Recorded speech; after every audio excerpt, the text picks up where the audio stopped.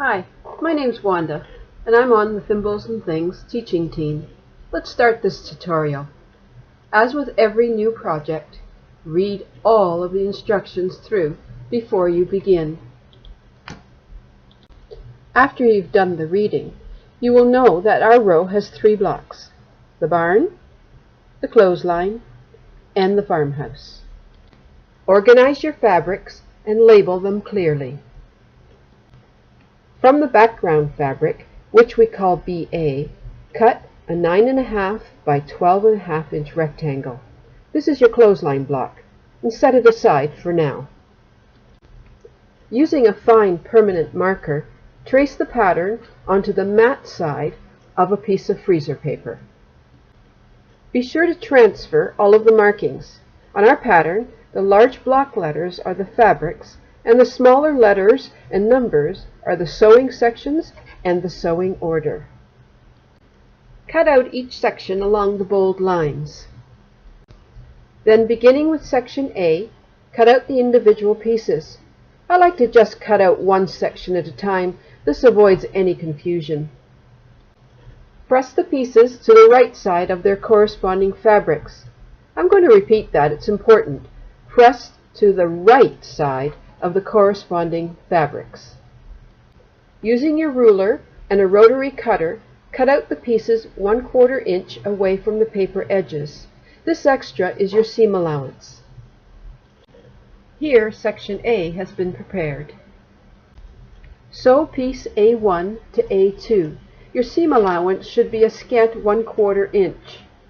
You can press that seam allowance to one side when you're done. Continue cutting and sewing until all of your sections are complete. Now join the sections. When the construction of the barn and the farmhouse blocks is complete, join them with the clothesline block, which we set aside earlier. Now it's time to make the little quilts. Make your color selections and cut all the pieces as written in the pattern. Draw a diagonal line on the wrong side of your 2-inch squares. With right sides together, place 2 2-inch squares on a 3.5-inch square as shown in the photograph. Stitch a 1/4 inch away on both sides of the line. Slice the unit in 2 along the line, and then press as shown. Place another 2-inch square right sides together on one of the units you just cut. Stitch on both sides of the line again. Slice on the line and press. You will end up with 4 flying geese.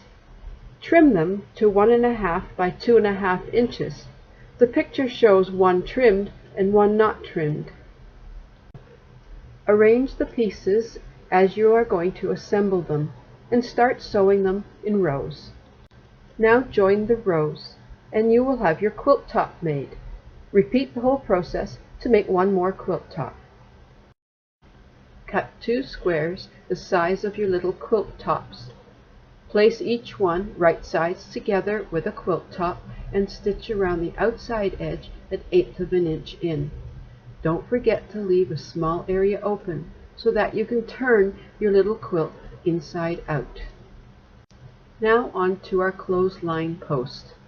Trace the post onto one side of a piece of steam-a-seam. Peel away the paper and press to the wrong side of your chosen fabric. Now cut out the clothesline shape. Position and press your clothesline onto your row.